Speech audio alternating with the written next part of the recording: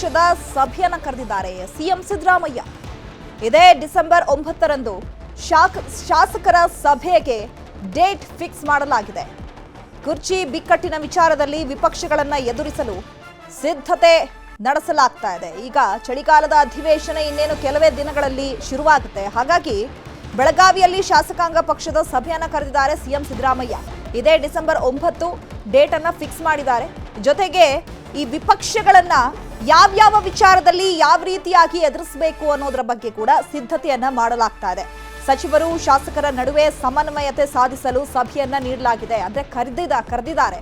ಅಧಿವೇಶನದಲ್ಲಿ ವಿಪಕ್ಷಗಳನ್ನ ಎದುರಿಸಲು ಸಭೆಯನ್ನ ಕರೆದಿದ್ದಾರೆ ಸಿಎಂ ಸಿದ್ದರಾಮಯ್ಯ. ಇವತ್ತು ಸಂಜೆ ಸಚಿವರ ಜೊತೆ ಸಿಎಂ ಮಹತ್ವದ ಸಭೆಯನ್ನ ನಡೆಸಲಿದ್ದಾರೆ.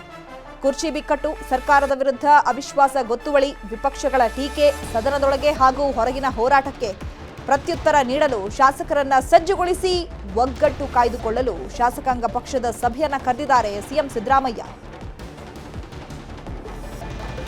ಪಂಚಮಸಾಲಿ ಸಮುದಾಯದ ಮೇಲೆ ಲಾಠಿ ಚಾರ್ಜ್ ಕೇಸ್ಗೆ ಸಂಬಂಧಪಟ್ಟಂತೆ ಡಿಸೆಂಬರ್ 10ರಂದು 2024ರಲ್ಲಿ ಲಾಠಿ ಚಾರ್ಜ್ ಮಾಡಲಾಗಿತ್ತು. ಇದೇ ಪ್ರಕರಣಕ್ಕೆ ಸಂಬಂಧಪಟ್ಟಂತೆ ಈಗ ಘಟನೆಯನ್ನ ಖಂಡಿಸಿ ಬೆಳಗಾವಿ ಅಧಿವೇಶನದ ದಿನ ಪ್ರತಿಭಟನೆಯನ್ನ ಮಾಡೋದಕ್ಕೆ ಈಗ ತಯಾರಿಯನ್ನ ಮಾಡಿಕೊಳ್ಳಲಾಗಿದೆ.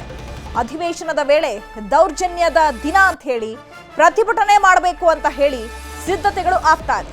ಪಂಚಮಸಾಲಿ ಸ್ವಾಮೀಜಿ ನೇತೃತ್ವದಲ್ಲಿ ಮೌನ ಪ್ರತಿಭಟನೆಯನ್ನ ಮಾಡೋದಕ್ಕೆ ಈಗಾಗಲೇ ತಯಾರಿಯನ್ನ ನಡೆಸಲಾಗ್ತಾ ಇದೆ. ನ್ಯೂಸ್ 18ಗೆ ಜಯಮೃತ್ಯುಂಜಯ ಸ್ವಾಮೀಜಿ ಹೇಳಿಕೆಯನ್ನ ಕೊಟ್ಟಿದ್ದಾರೆ. ಡಿಸೆಂಬರ್ 10ನೇ ತಾರೀಕು 2024ರಲ್ಲಿ ಏನ್ ದೌರ್ಜನ್ಯ ಸಿಗಿರ್ತಾರೆ, ಲಾಠಿ ಚಾರ್ಜ್ ಮಾಡಿರ್ತಾರೆ ಪೊಲೀಸರು. ಇದೇ ವಿಚಾರಕ್ಕೆ ಸಂಬಂಧಪಟ್ಟಂತೆ ಈಗ ಬೆಳಗಾವಿಯಲ್ಲಿ ಅಧಿವೇಶನ ಶುರುವಾಗುತ್ತಲ್ಲ, ಆ ಬೆಳಗಾವಿ ಅಧಿವೇಶನದಲ್ಲಿ ಜಯಮೃತ್ಯುಂಜಯ ಸ್ವಾಮೀಜಿ ಅವರ ನೇತೃತ್ವದಲ್ಲಿ ಮೌನ ಪ್ರತಿಭಟನೆಯನ್ನ ಮಾಡೋದಕ್ಕೆ ಈಗ ಸಿದ್ಧತೆ ಆಗಿದೆ. ಇನ್ನು ಜಯಮೃತ್ಯುಂಜಯ ಸ್ವಾಮೀಜಿಯನ್ನ ನಮ್ಮ ಪ್ರತಿನಿಧಿ ಲೋಹಿತ್ ಮಾತನಾಡಿಸಿದ್ದಾರೆ. ಬನ್ನಿ ನೋಡೋಣ. ಡಿಸೆಂಬರ್ 8ರಿಂದ ಬೆಳಗಾವಿಯಲ್ಲಿ ಚಳಿಗಾಲದ ಅಧಿವೇಶನ ಶುರುವಾಗಕ್ಕೆ ಹೋಗ್ತಾ ಇದೆ. ಅದೇ ಡಿಸೆಂಬರ್ 10ರಂದು ಕಳೆದ ವರ್ಷ ಲಿಂಗಾಯತ ಸಮುದಾಯದ ಮೇಲೆ ಲಾಠಿ ಚಾರ್ಜನ್ನು ನಡೆಸಲಾಗಿತ್ತು. ಸೊ ಆ ವಿಷಯವಾಗಿ ಈ ಬಾರಿ ಏನಂತಂದರೆ ಚಳಿಗಾಲ ಅಧಿವೇಶನ ನಡೆಯುವಂಥ ಸಂದರ್ಭದಲ್ಲೇ 2A ಮೀಸಲಾತಿಗಾಗಿ ಅವತ್ತು ಏನು ಹೋರಾಟವನ್ನು ನಡೆಸಿರ್ತಕ್ಕಂಥ ಸ್ವಾಮೀಜಿಗಳಿದ್ದಾರೆ. ಸೊ ಅವರು ಈ ಬಾರಿ ಏನಂತಂದರೆ ಅವತ್ತೇ ಏನಂತಂದರೆ ಕರಾಳ ದಿನವನ್ನು ಆಚರಣೆ ಮಾಡೋದಕ್ಕೆ ಈಗ ಮುಂದಾಗಿರ್ತಕ್ಕಂಥದ್ದು. ಸೊ ಈ ವಿಚಾರವಾಗಿ ಮಾತನಾಡೋದಕ್ಕೆ ನಮ್ಮ ಜೊತೆಗೆ ಜಯಮೃತ್ಯುಂಜಯ ಸ್ವಾಮೀಜಿಗಳಿದ್ದಾರೆ. ಸ್ವಾಮೀಜಿಗಳೇ, ಕರಾಳ ದಿನವನ್ನು ಆಚರಣೆ ಮಾಡೋಕ್ಕೆ ಹೋಗ್ತಾ ಇದ್ರಿ, ಯಾವ ರೀತಿ ಇರುತ್ತೆ, ಯಾವತ್ತು ಮಾಡ್ತೀರಿ, ಏನು ಅಂತ?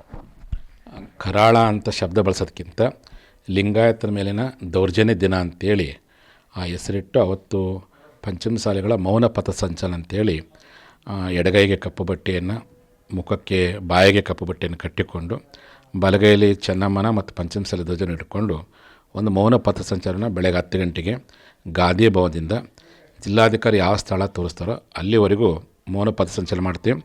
ಆ ಸ್ಥಳದಲ್ಲಿ ಹೋಗಿ ಮೌನ ಸತ್ಯಾಗ್ರಹವನ್ನು ಒಂದು ದಿನ ಮಟ್ಟಿಗೆ ನಾವು ಮಾಡಿ ನಮ್ಮ ನೋವನ್ನು ವ್ಯಕ್ತಪಡಿಸುವಂಥ ಕಾರ್ಯವನ್ನು ಅವತ್ತು ಮಾಡ್ತಿದ್ವಿ. ಕಾರಣ, ಲಿಂಗಾಯತರ ಮೇಲೆ ಇದುವರೆಗೂ ಸುಮಾರು 24 ಜನ ಮುಖ್ಯಮಂತ್ರಿಗಳು ಆಗಿವೆ ಕರ್ನಾಟಕದಲ್ಲಿ. ಬಹುತೇಕ ಯಾರು ಸಾಮಾಜಿಕ ನ್ಯಾಯ ಇದಕ್ಕೋಸ್ಕರ ಯಾರು ಲಿಂಗಾಯತ ಬೀದಿಗಿಳಿದಿಲ್ಲ. ಫಸ್ಟ್ ಬೀದಿಗಿಳಿದಿದ್ದೇ ನಾವು ಪಂಚಮಸಾಲಿಗಳು. ನಮಗೆ 2A ಕೊಡಬೇಕು, ಮಲೆಗೌಡರಿಗೆ, ಗೌಡ್ ಲಿಂಗಾಯತರಿಗೆ, ದೀಕ್ಷೆ ಲಿಂಗಾಯತರಿಗೆ ಪಂಚಮಸಾಲಿ 2A ಕೊಡ್ರಿ. ಶಿಕ್ಷಣ ಮತ್ತು ಉದ್ಯೋಗದಲ್ಲಿ ಎಲ್ಲ ಲಿಂಗಾಯತ ಒಳಪಂಗಡಗಳಿಗೂ ಸಹ ಚತುರ್ಥ ಸಮಾಜ ಸೇರಿಕೊಂಡು ಎಲ್ಲರಿಗೂ OBC ಕೊಡಿರುವಂಥ ಉದ್ದೇಶ ಇಟ್ಕೊಂಡು ಹೋರಾಟ ಮಾಡಿದ್ವಿ. ನಮ್ಮ ಹೋರಾಟಕ್ಕೆ ಅವರು ನ್ಯಾಯವನ್ನು ಕೊಡಬೇಕಾಗಿತ್ತು. ಕೊಡಲಿಕ್ಕಾಗದೆ ಹೋದರೆ ಸಮಯವನ್ನು ಕೇಳಬೇಕಾಗಿತ್ತು. ಸಮಯನೂ ಕೇಳೋಕ್ಕಾಗದೆ ಹೋದರೆ ಕೊನೆ ಉದಾಸೀನ ಮಾಡಿದರೂ ನಾವೇನು ಬೇಜಾರು ಹಾಕಿದ್ದಿಲ್ಲ. ಬಟ್ ಅಮಾಯಕ ಪೊಲೀಸರಿಗೆ ಕುಮ್ಮ ಕೊಟ್ಟು ಬಿನ್ ಡ್ರೆಸ್ ಮೇಲೆ ನಮ್ಮ ಹೋರಾಟಗಾರನ ಹೊಡೆಸಿದ್ದು, ಬಡಿಸಿದ್ದು, ಕೈಕಾಲು ಮುರಿಯಂಗೆ ಹೊಡೆದಿದ್ದು ಅದು ನಮಗೆ ಬಹಳ ನೋವು. ಬಹುತೇಕ ಲಿಂಗಾಯತರ ಇತಿಹಾಸದಲ್ಲಿ ಇಂಥ ಘಟನೆ ಎಂದೂ ಆಗಿದ್ದಿಲ್ಲ. ಅಂದು 12ನೇ ಶತಮಾನದಲ್ಲಿ ಕೊಂಡಿ ಮಂಚಣ್ಣವರು ಶರಣರ ಮೇಲೆ ದಬ್ಬಾಳಿಕೆ ಮಾಡಿದರು. ಅದಾದ ನಂತರ ಈ ಸಂವಿಧಾನ ಬಂದ ಮೇಲೆ ಫಸ್ಟ್ ಟೈಮ್ ಲಿಂಗಾಯತರ ಮೇಲೆ ದೌರ್ಜನ್ಯ ಆಗಿದ್ದು. ಆ ಘಟನೆ ಮರಿಬಾರ್ದು. ಆ ಘಟನೆ ನೆನಪಿಸಿಕೊಂಡು ಮತ್ತೆ ಹೋರಾಟವನ್ನು ಜೀವಂತವಾಗಿ ಇಟ್ಕೊಳ್ತಾ ನ್ಯಾಯವನ್ನು ಕೇಳೋಕ್ಕೋಸ್ಕರವಾಗಿ ಹೋರಾಟ ಮುಂದುವರಿಸಬೇಕನ್ನೋ ಉದ್ದೇಶಕ್ಕೆ ಅವತ್ತು ಬಾಯಿಗೆ ಕಪ್ಪು ಬಟ್ಟೆ ಕಟ್ಟಿಕೊಂಡು ಒಂದು ಮೌನ ಪಥಸಂಚಲನವನ್ನು ಬೆಳಗಾವಿ ಗಾಂಧಿ ಭವನದಿಂದ ಬೆಳಗ್ಗೆ 10 ಗಂಟೆಗೆ ಆರಂಭ ಮಾಡ್ತಿದ್ವಿ. ಆ ಆರಂಭಕ್ಕೆ ತಾವೆಲ್ಲ ಪಂಚಮಸಾಲಿಗಳು, ಮಲೆಗೌಡರು, ಗೌಡ್ ಲಿಂಗಾಯತರು, ದೀಕ್ಷಾ ಲಿಂಗಾಯತರು ನೀವೆಲ್ಲ ಸಹಸ್ರಾರು ಸಂಖ್ಯೆಯಲ್ಲಿ ಬಂದು ಭಾಗವಹಿಸಬೇಕು ಅಂತೇಳಿ ಮತ್ತೊಮ್ಮೆ ನಾನು ಈ ಮೂಲಕ ಕರೆ ಕೊಡ್ತೀನಿ. ಯಾರು ಲಾಠಿ ಚಾರ್ಜ್ ಮಾಡಿದ್ರೆ ಅವ್ರ ಮೇಲೆ ಕಾನೂನು ಕ್ರಮ ಆಗಬೇಕು ಅನ್ನುವಂಥದ್ದು. 1 ವರ್ಷ ಆಯಿತು, ಇದುವರೆಗೂ ಕೂಡ ಏನೋ ಕ್ರಮ ಆಗಿಲ್ಲ. ಇದ್ದಂಥ ಪೊಲೀಸರಿಗೆ ಬಡ್ತಿ ಕೊಡುವಂಥ ವ್ಯವಸ್ಥೆ ಆಯಿತು, ಅವರಿಗೆ ರಿವಾರ್ಡನ್ನು ಕೊಡುವಂಥ ವ್ಯವಸ್ಥೆ ಆಯಿತು. ಈ ನಾಡಿನ ದುರಂತ ಅಂದರೆ ಕಾನೂನು ಬಾಹಿರವಾಗಿ ಹಲ್ಲೆ ಮಾಡಿದ ಅಧಿಕಾರಿಗಳನ್ನು ಸಸ್ಪೆಂಡ್ ಮಾಡ್ರಿ ಅಂತೇಳಿ ಮತ್ತು ಲಿಂಗಾಯತ ಕ್ಷಮೆ ಕೇಳಬೇಕು ಅಂತೇಳಿ 9 ದಿನ ನಾವು ಸತ್ಯಾಗ್ರಹ ಮಾಡಿದ್ವಿ ಅಂಬೇಡ್ಕರ್ ಉದ್ಯಾನವನದಲ್ಲಿ ಬೆಳಗಾವಿಯಲ್ಲಿ. ಸರ್ಕಾರ ಅದಕ್ಕೆ ಯಾವುದಕ್ಕೂ ಸ್ಪಂದನೆ ಮಾಡಲಿಲ್ಲ. ಆಗ ಎಲ್ಲೇ ಒಂದು ಕಡೆ ನಮ್ಮನ್ನು ವಿರೋಧಿಸುವಂಥ ಪ್ರಯತ್ನ ಮಾಡ್ತಿದ್ದೇನೋ ಅಂತ ಒಂದು ಅನುಮಾನ ವ್ಯಕ್ತವಾಗ್ತಿದೆ. ಅದಕ್ಕೋಸ್ಕರವಾಗಿ ನಾವು ಹೋರಾಟ ಜೀವಂತಿಟ್ಟಿವಿ. ಸ್ವತಃ ಮುಖ್ಯಮಂತ್ರಿಗಳು ನಮ್ಮನ್ನು ಕರೆದು ಅವ್ರ ಮನಸ್ಸು ಪರಿವರ್ತನೆಯಾಗಿ ನಮ್ಮನ್ನು ಕರೆದು ಅವರಾಗೇ ಮೀಸಲಾತಿ ಕೊಡ್ತೀವಿ ಅಂತೇಳೋವರೆಗೂ ನಾವು ಮತ್ತೆ ಅವ್ರ ಹತ್ರ ಹೋಗಿ 2A ಬೇಕು ಅಂತ ನಾವು ಕೇಳಕ್ಕೆ ಹೋಗಲ್ಲ. ಜನರ ಬಳಿಗೆ ಹೋಗ್ತೀವಿ. ಜನರ ಬಳಿಗೆ ಹೋಗಿ ಸರ್ಕಾರ ಮಾಡಿರ್ತಕ್ಕಂಥ ಏನು ನಮ್ಮನ್ನು ನಡೆಸ್ಕೊಂಡಿರ್ತ ರೀತಿಯನ್ನು ಜನರಿಗೆ ತಿಳಿಸ್ತೇವೆ. ಜನ ಯಾವ ನಿರ್ಣಯ ಹೇಳ್ತಾರೆ ಆ ನಿರ್ಣಯ ಪ್ರಕಾರ ಹೋರಾಟವನ್ನು ನಿರಂತರ ಮುಂದುವರಿಸ್ತದೆ. ಸೊ ಇದಿಷ್ಟು ಜಯಮೃತ್ಯುಂಜಯ ಸ್ವಾಮೀಜಿಗಳು ಹೇಳುವಂಥದ್ದು. ಏನಂತಂದರೆ ಮುಖ್ಯಮಂತ್ರಿ ಸಿದ್ದರಾಮಯ್ಯ ಬಳಿ ಹೋಗಿ ನಾವು 2A ಮೀಸಲಾತಿ ಕೇಳಲ್ಲ, ಬದಲಾಗಿ ಜನರ ಬಳಿಯೇ ಹೋಗಿ ಅವರ ಬಳಿ ನ್ಯಾಯವನ್ನು ಕೇಳ್ತೀವಿ.